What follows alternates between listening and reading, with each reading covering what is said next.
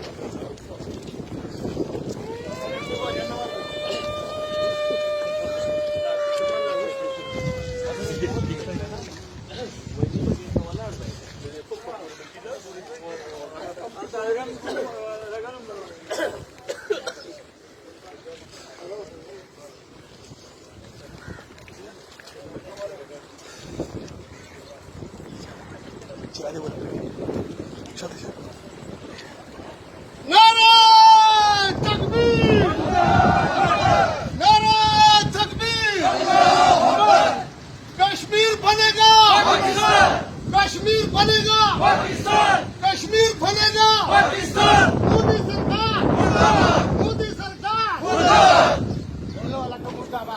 मोदी सरकार मुर्दाबाद, पाकिस्तान जिंदाबाद, पाक फौज मलकन लीज जिंदाबाद, पाक फौज मलकन लीज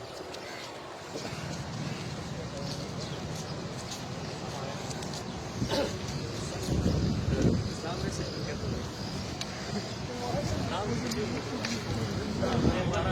तकबीर,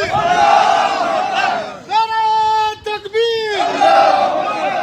कश्मीर बनेगा पाकिस्तान, कश्मीर बनेगा पाकिस्तान। मोदी सरकार मुर्दाबाद, मोदी सरकार मुर्दाबाद, पाकिस्तान जिंदाबाद, पाक फौज मलकन लीज जिंदाबाद, पाक फौज मलकन लीज जिंदाबाद।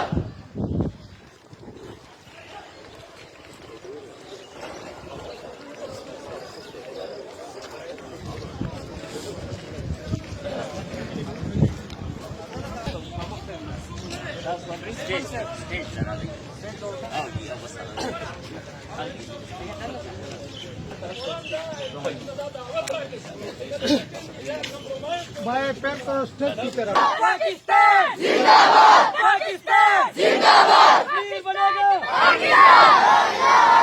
पाकिस्तान का मतलब क्या? ला इलाहा इल्लल्लाह। यार जहाँ कहते हैं कश्मीर को जन्नत, यारानी जहाँ कहते हैं कश्मीर है जन्नत, जन्नत किसी काफिर को मिली है न मिलेगी।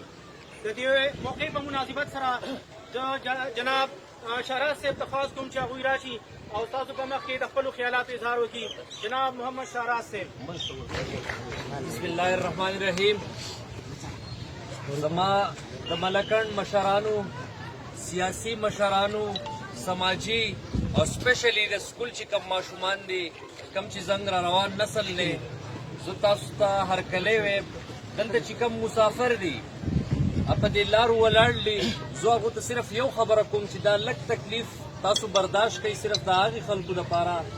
ची आगा दा आजादी दा महरूम दी कम ची जंग कश्मीर रूड़ दी। शहराज खान तासु तफसीलन हर यो शे बयान को सिर्फ यो खबरा तासु तक कोम स्टूडेंटान था तासु पर मुआशरती इलूम की दो कौमी नजरिया हुआ है। दो कौमी नजरिया दावा कि मुसलमानान द बरी सगीर दा जान ले मुल्क छोड़शी दागे वजह सवा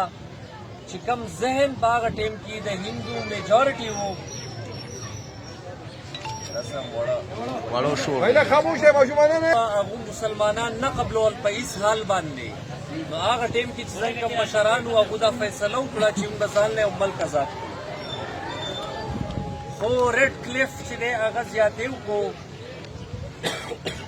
और کشمیر چې کومه لار وه هغه یې هم هغو له ورکړه او پلس هغه دونه کانسپیرسي شو چې د کشمیر مهاراجا چې دی د یو د کانسپیرسي په تحت او د یو سازش په تحت چې دی د انډیا سره کشمیر دغه کو په 48 کې جنگ کیږي او بیا یونایټډ نیشن فیصله کوي اقوام متحده چې دا به د کشمیر خلک په خپله فیصله کوي چې مونږ کم طرف ته ځو او هغه فیصله تر اوسه پورې هغه حق هغو ته میلاو نه شو. دا نن چې مونږ دا ټول قوم یو ځای شوي صرف په یو خبره باندې